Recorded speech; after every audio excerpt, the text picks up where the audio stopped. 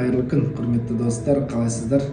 Ертарғын бір бар, бір жоқ деп ойламаңыздар. Енді Инстаграмда үзбейтін боламын. Сіздермен всегда болса камера арқылы связьда боламын. Кездесетін де боламыз. Әлі Алла қаласа, каждый қалаға барсам жүрген жерімді айтып отырамын. Астанада қай жерде жүргенімді сіздерге көрсетіп отыратын боламын. Және де осы жерге дейін қалай келгенімді, соны Қостанайдан бастап осы жерге дейін келген дәрежемді, жолымды барлығын сіздермен бөлісетін боламын, достар. Сол үшін біз өте үлкен жұмыс жасап жатырмыз. Және де осылай всегда біз жұмыстамыз. Сенбі, жексенбі демалыс демейміз. Қазір сіздерге көрсете кетейін. Аллаға шүкір, міне осылай Жакең бар, командамыз бар, самый лучший команда. Аллаға шүкір, міне осылай всегда жұмыс деп жүгіріп жүреміз.